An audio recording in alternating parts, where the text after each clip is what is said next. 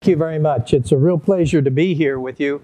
I bring you greetings from the United States, greetings from Kent State University and the state of Ohio, which is where Kent State is located. And it's a real pleasure to be here. We have an agreement signed with your university, Kent State University, and just in the last year. And so I'm here to explore ways that we can cooperate together, both with student exchanges and faculty exchanges and joint research projects, as well as having lectures from your faculty on our campus and faculty such as myself coming here. So it's been a real pleasure to be here for now 24 hours or maybe 25. And I've been to Ukraine before, but always in Kiev. So this is really a great part of the country, and I've really been feeling right at home with all the people. And your hospitality is just unbelievable. And I appreciate that very, very much. What I want to talk about today is this whole concept of entrepreneurship beyond borders. It's a fact now that more and more people are starting businesses. Some start businesses from a different country, but actually have their operations in a wholly different country. I myself start my own companies. Right now I have a company in Moscow. I have a company in Shanghai, China. I have a company in Slovakia and have a company in Romania. So I actually have companies in these countries, and I have partners that I deal with and really run the operations of the company more than I do. So what I want to do in this talk together, and I hope you all think of questions, and I'm going to leave time for questions, and your questions can be on anything. You can ask about what is President Trump like, which I can tell you the American opinion of that, or you can ask about education in the United States. I'll be glad to talk about that, or anything that we talk about here that would be more specific to this particular lecture. But the way I want to talk about this and give this seminar is, first of all, look at the characteristics of entrepreneurs and then look at the differences in doing business across borders. Interestingly enough, entrepreneurs are so different than managers. Many of you have perhaps been in management, have worked for companies. And if you remember you're in management, like I was in management positions with Procter & Gamble, which is a food company, and a soap and toiletry company in the United States, a big multinational. And then I was in operations for Ford Motor Company and was in the automobile industry. And if you're in management, you're either on the cost side of the equation or you're on the revenue side of the equation. In other words, over a period of time, I either drive revenues up or I drive costs down. And that's how I'm measured.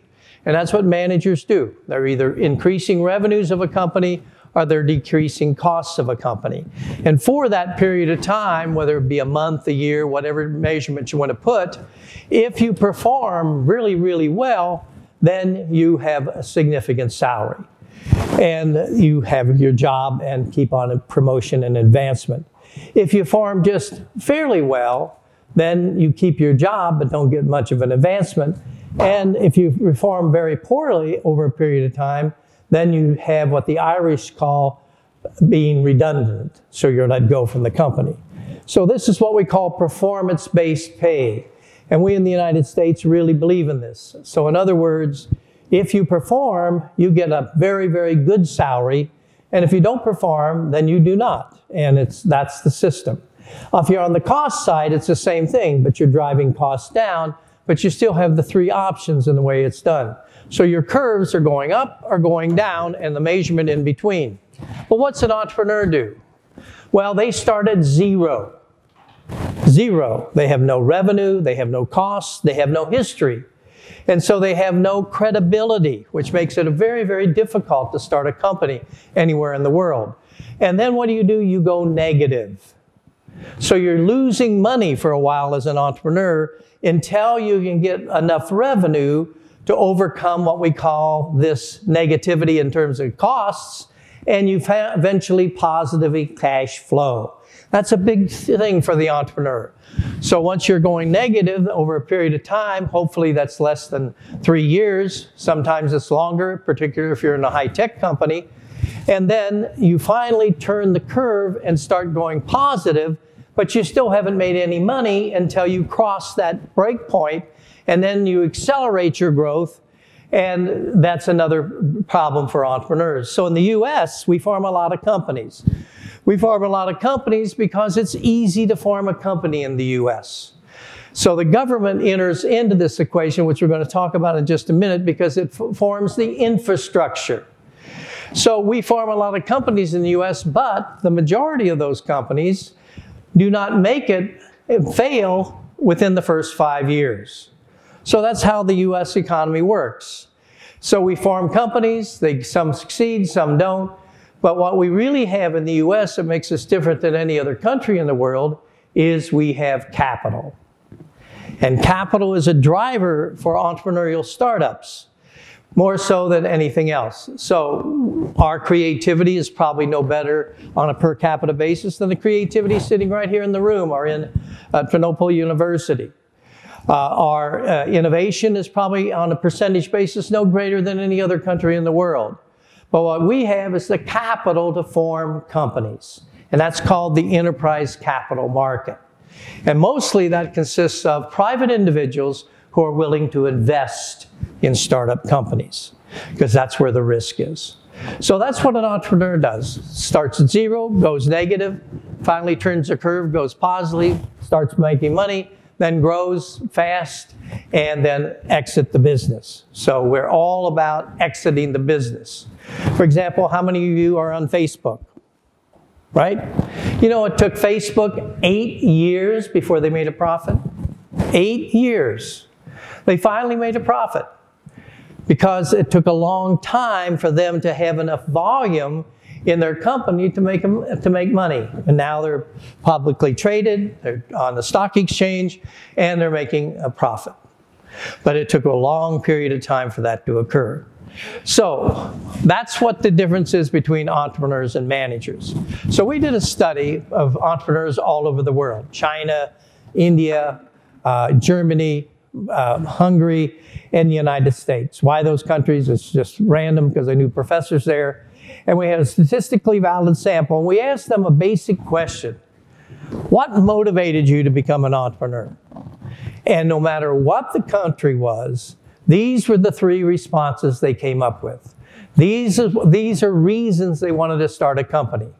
One was they really wanted independence. See, when you work for somebody else, you work for someone else. So when you're working really hard and you're making all this, your salary, the person you're working for actually is making money from your work, aren't they? And you don't have much independence. But when you start your own company, you're totally free to make the decisions yourself. Number 2 is that you really fall in love with the idea, passionate for the idea.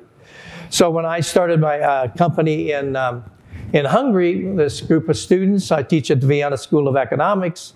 They were very bright and they graduated about 3 years. And last year they approached me and said, listen, we got a solution for ice skaters. And if you ever watched ice skaters, when they come off the ice, what they do, they have their blade goes up, and you'll notice on that blade, it's taped. Why is it taped? Because it increases the accuracy of the puck when the wood on wood is not as accurate as the taped stick hitting the puck. And they came up with a solution that you can put on the blade of the tape, and it increases the accuracy 15% more. Now, if you think about it, if you're a sports person, and many of you are, that's significant to have a 15% more accurate shot. And so we started this company called Spectre Sports. And I'm really into hockey now. Now, was I before? No. I like golf, I like baseball, I played American football, but I never really understood hockey. But now I understand hockey, and I'm passionate about this tape, because not only does it increase the accuracy of the shooters, but we can advertise on it. Now just think how many people, when you watch a hockey tournament, you know, in the US, a hockey rink maybe have 50,000 people watching it live, but then you have television rights which broadcast it all over the world. And you think about all the exposures they get when they come off the ice, up goes their blade, there's the name of a company. And so we're really excited about this opportunity. We just finally cash flowed positive. That was a year and a half it took us to positively cash flow. So now we're in Europe because it's easier to do, but Europe isn't a big hockey community. It doesn't have, where is hockey played the most? Canada. So where are we going to next? Canada. What's the next biggest hockey country? United States. Where are we going to after Canada after a year? United States. And what's the third biggest country at hockey? Russia. So we'll be in Russia.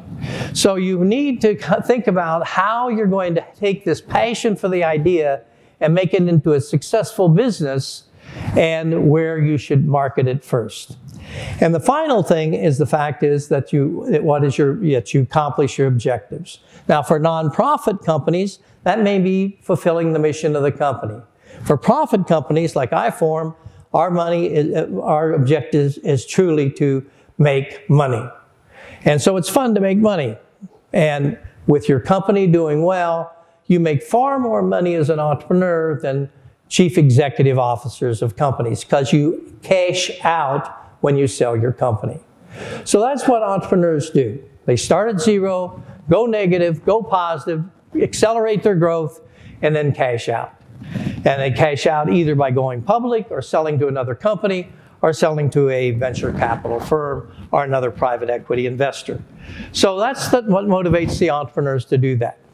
Now, what is some other similarities of them? Well, number one is the entrepreneurs are very ethical and trustworthy.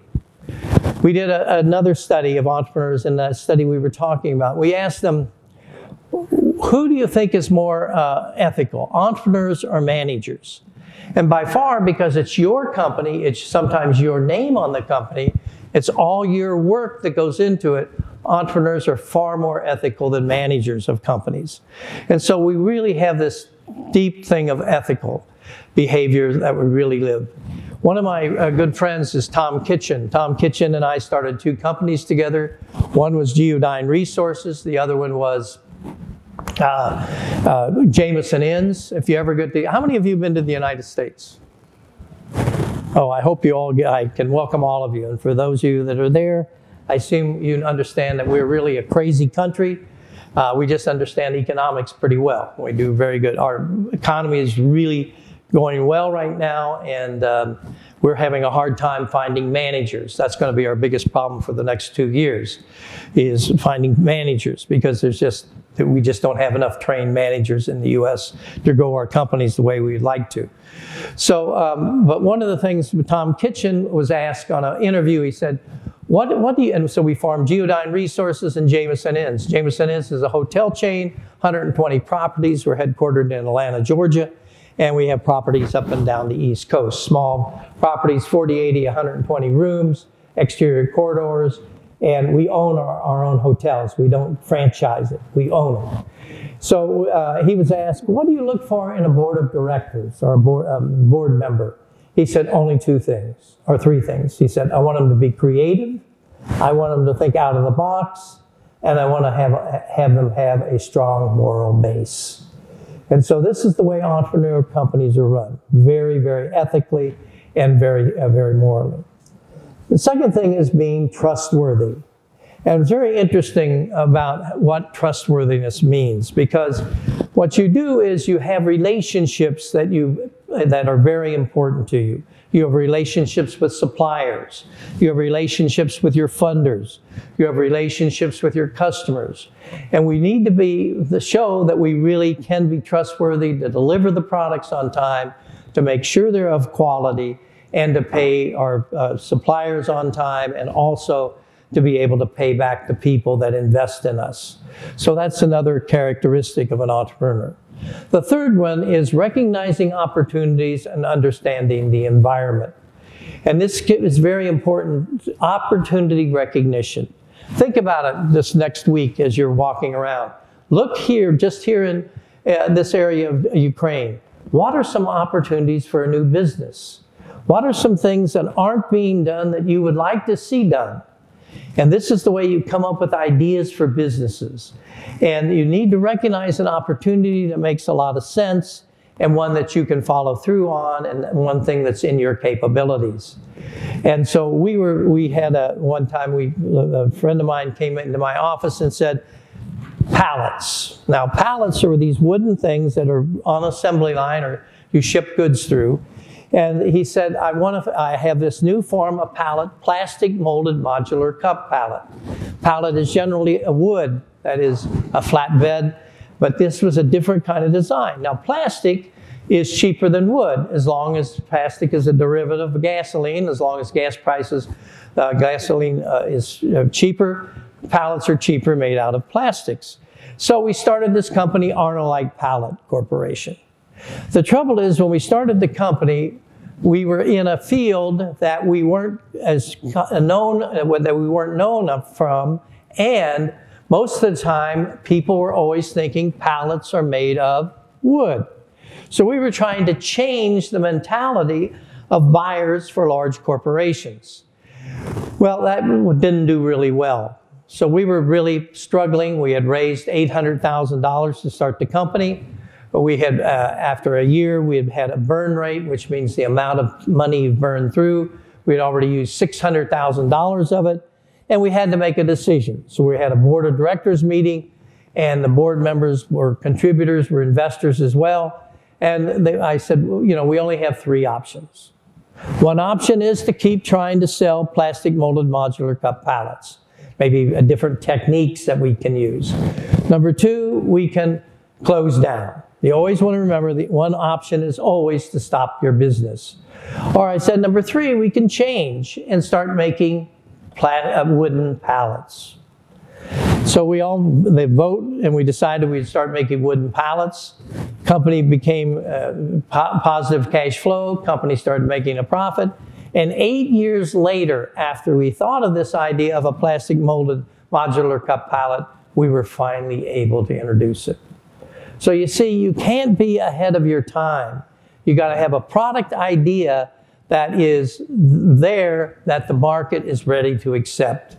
And you have to be flexible enough to know that if the idea isn't working, then I got to think of some other thing I can do in place of the original idea I have. The next factor is persistence and able to live with failure. I never forget, I teach entrepreneurship all over the world, and particularly in my own university. And this one of my students, they all have to do a business plan and come up with a new idea. And one of my students, she was really, really clever.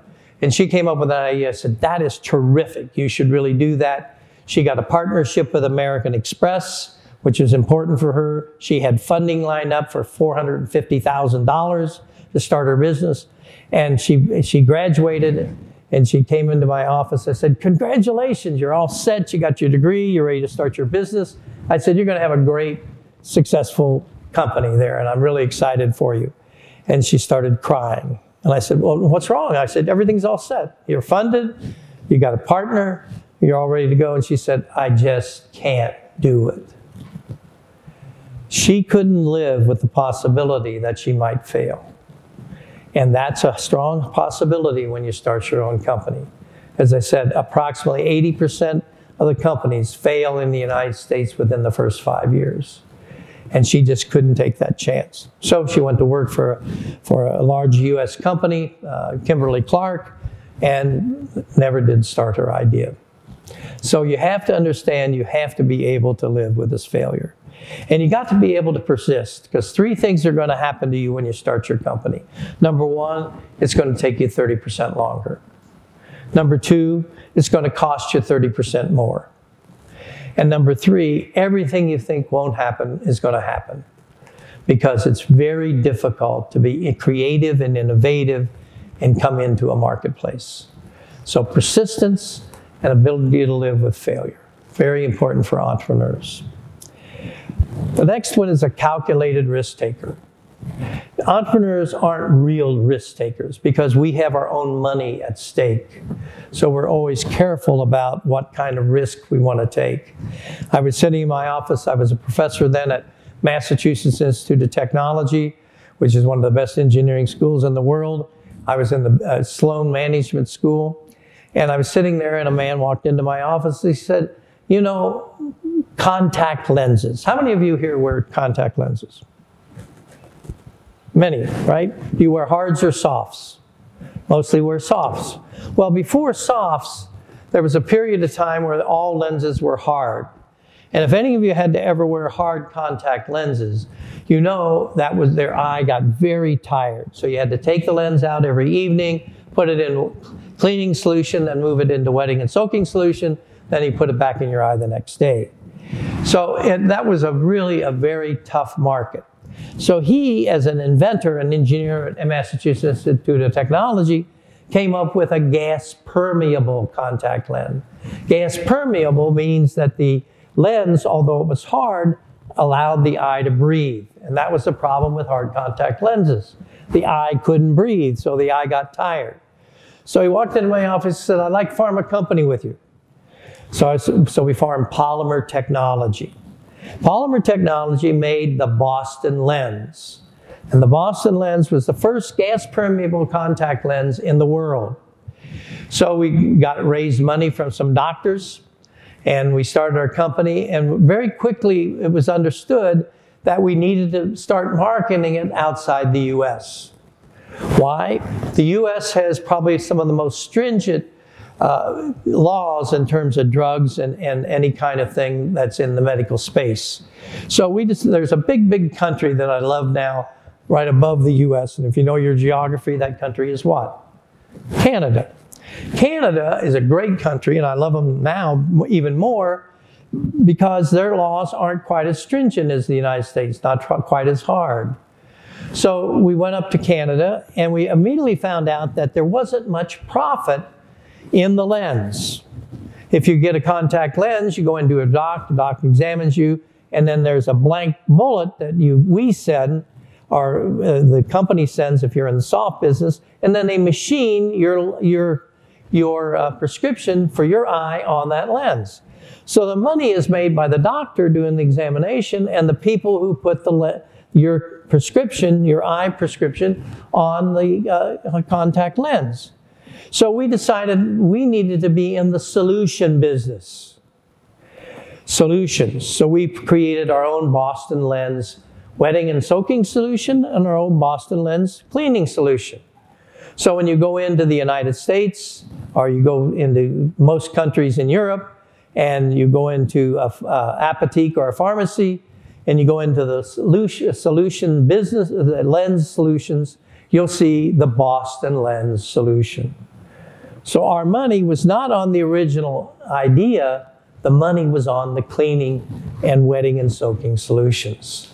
So eventually we got very big and very successful. We came back into the United States after Canada, made the necessary findings to get FDA approval, Food and Drug Administration approval, and then Bausch & Lomb came to us.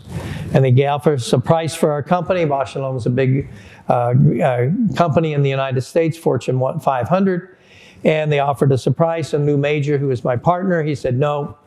And they left, and I said, Lou, that was a lot of money. I'm really willing to sell this to Bausch & Lomb. And they came back with another offer higher, and Lou Major said no. And I was not happy now, particularly because it was even more money. And then he came back with a third offer, and before Lou Major could say no, I said, yes, we're going to sell you the company.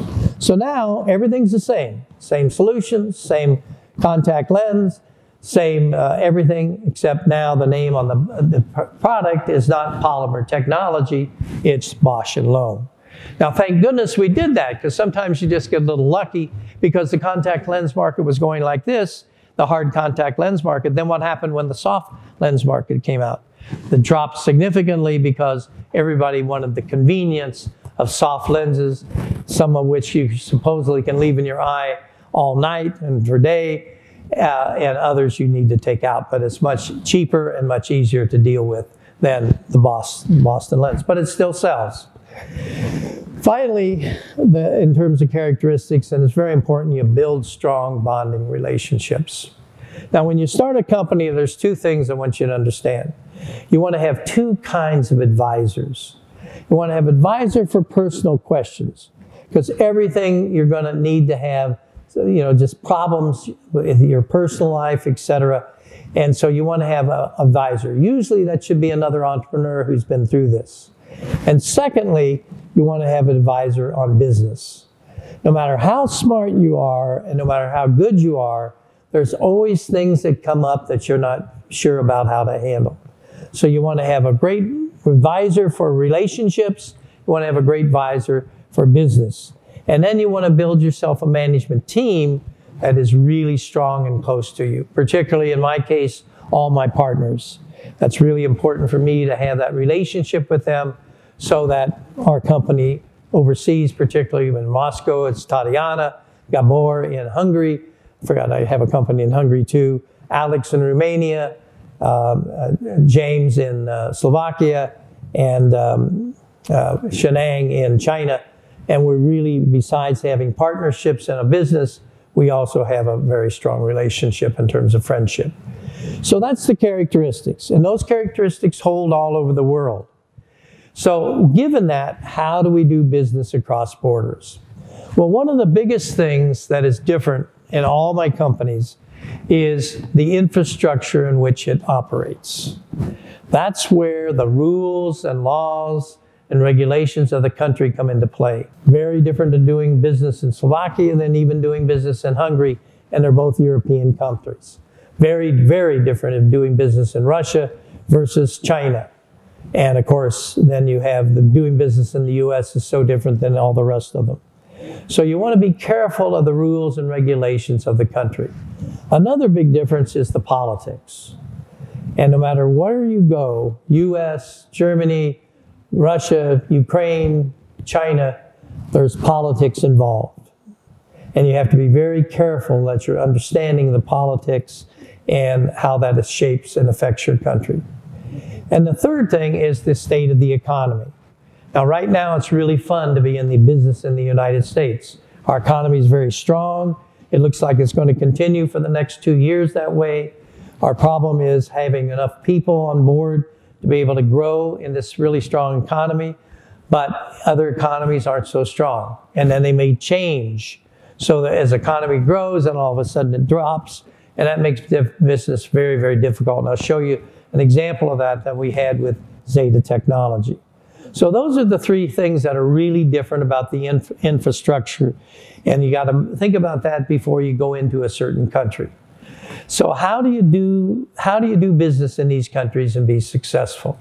So these are just 5 best practices that I've come up with that have been helpful to me when I've done business across borders. Number 1 is I have to understand the culture of the country. You have to understand the culture of the country.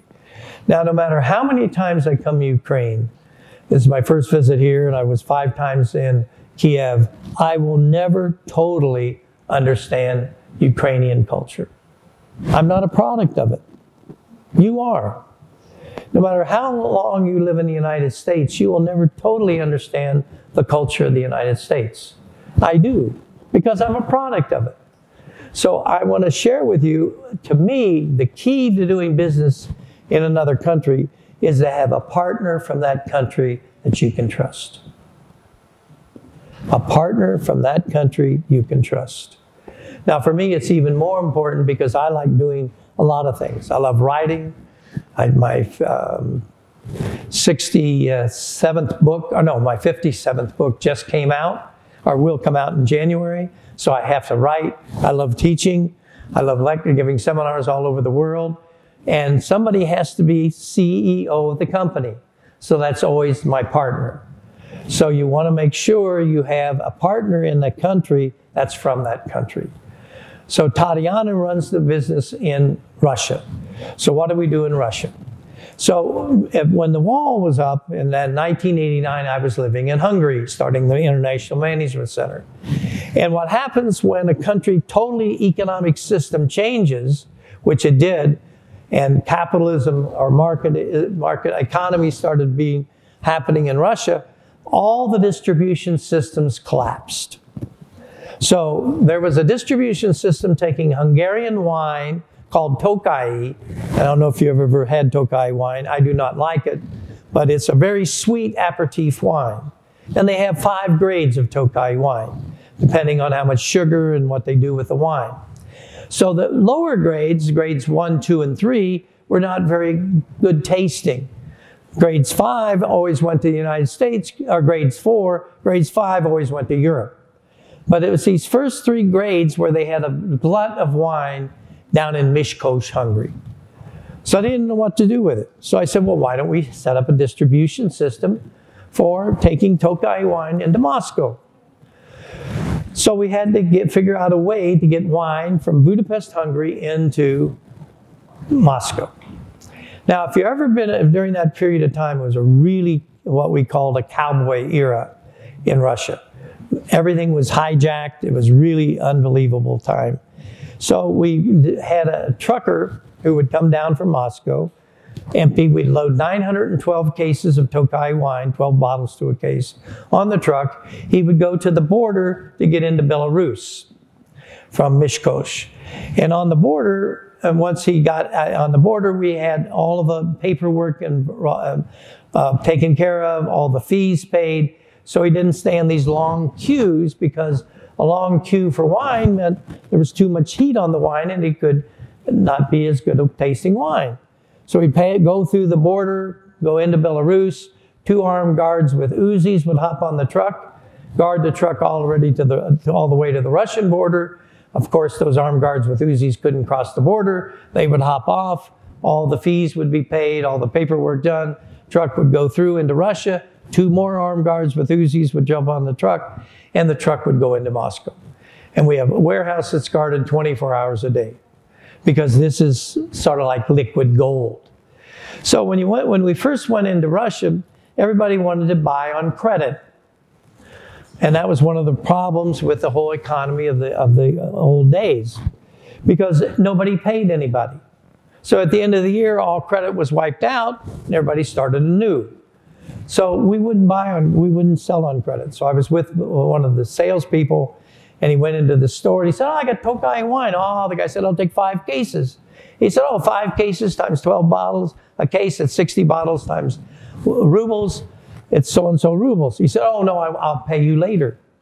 And the guy said, no, we have cash. So we were one of the first companies ever to charge cash before we left the product. This was very good business. But the problem is if you remember in the early days, about that time, the ruble was not a very good currency. Go up and then go down and up and down.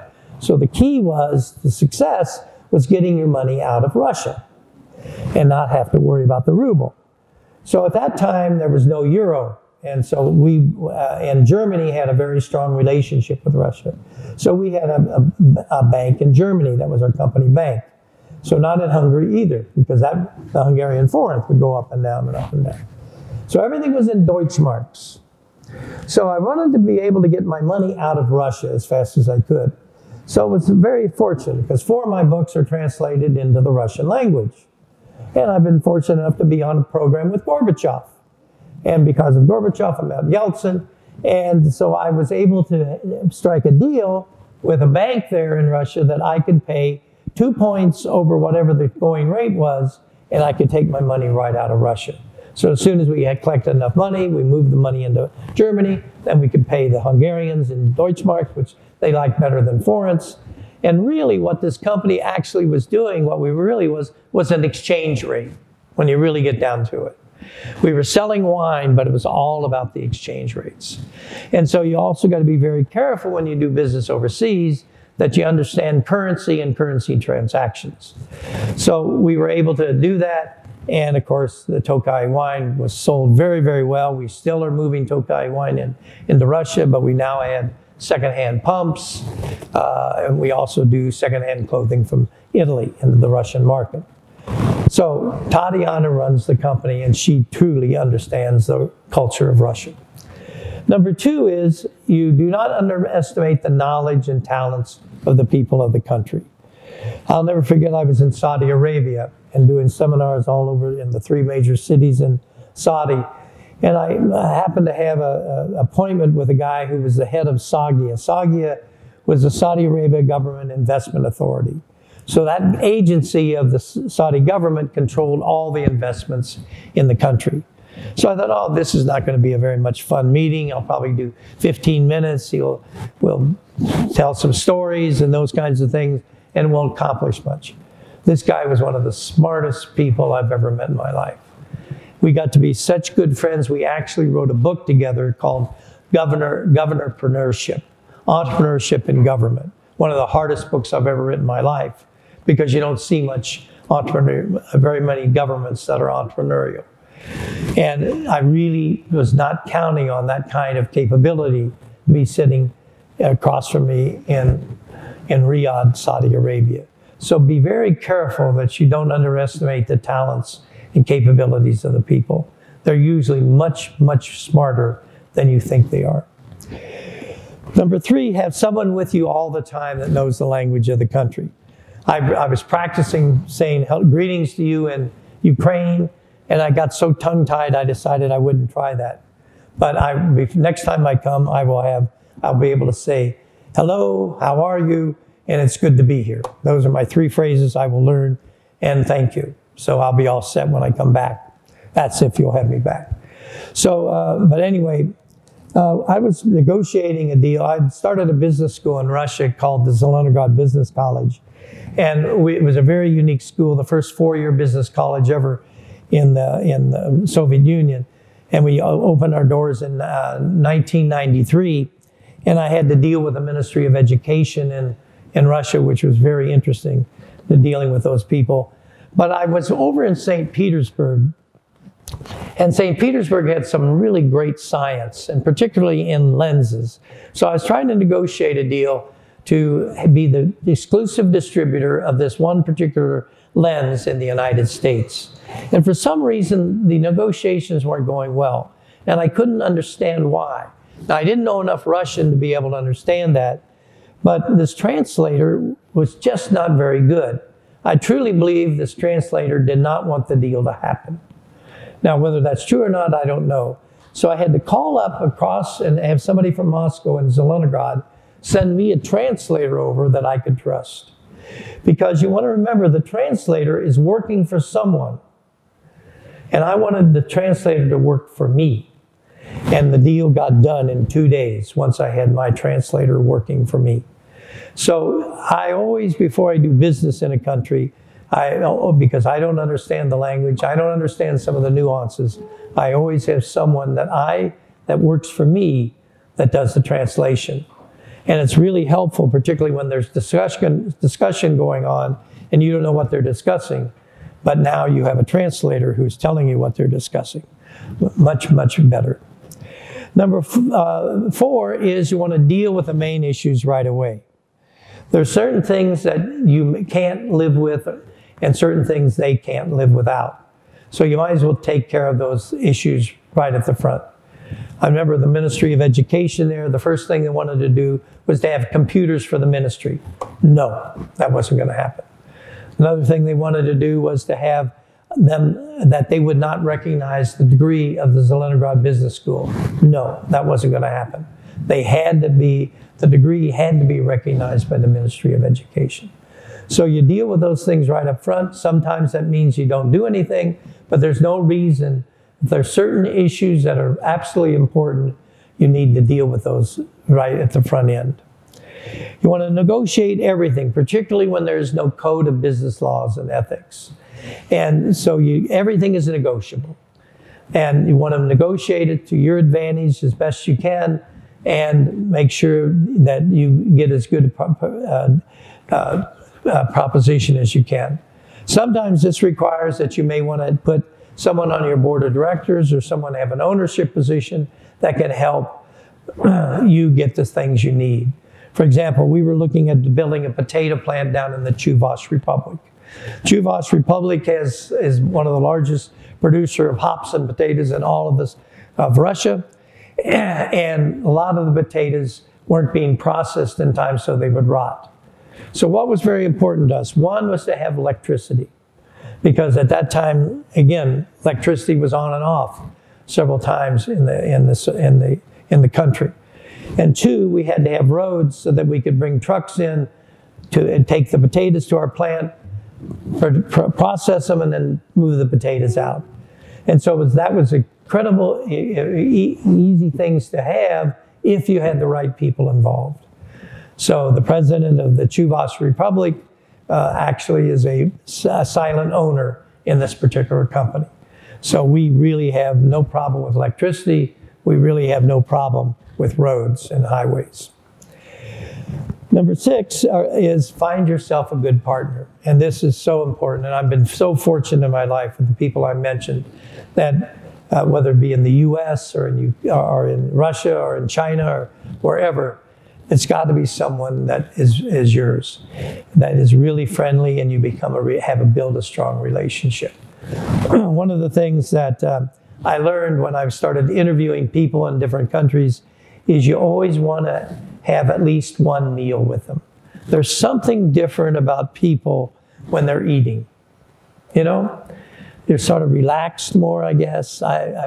Anyway, I always make sure I break bread with several people before I choose a partner.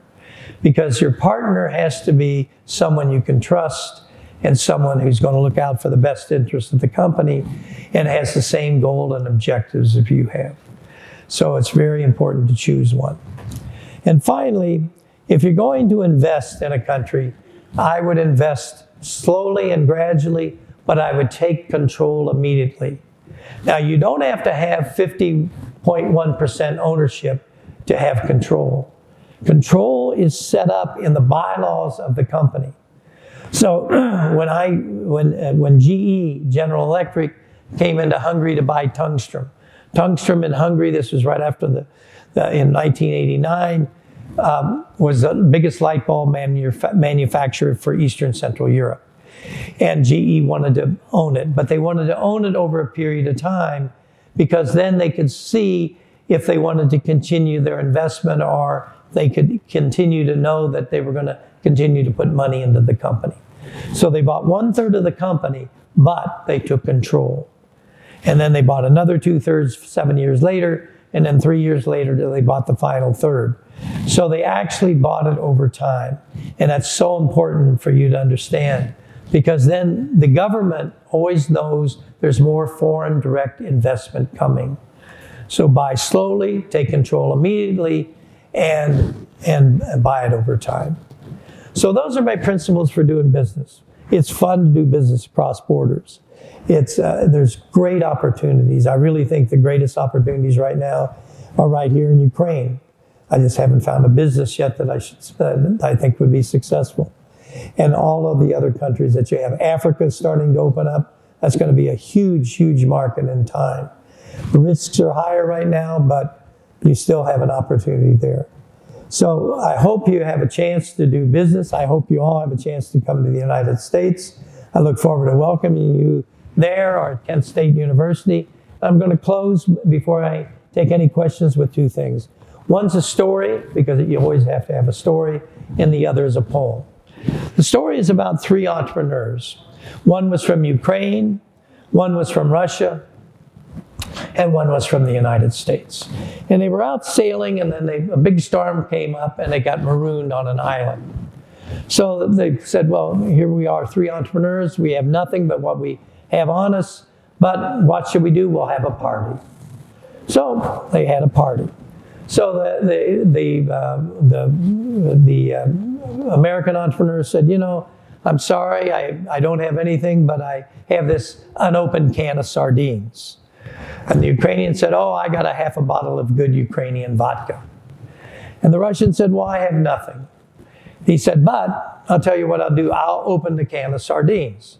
So he looked around on the beach and he saw this green bottle half sticking out of the sand. So he went over, picked it up, and he beat in the can of sardines. The sardine can opened, and out popped a genie. Now this is really great for people marooned on an island to have a genie. Now if you know what a genie does, he always gives you 3 wishes. But this genie was a smart genie, and he said to the entrepreneur, I'm only going to give you each 1 wish. 1 wish, so think about what you want. So the American said, oh, I know what I want.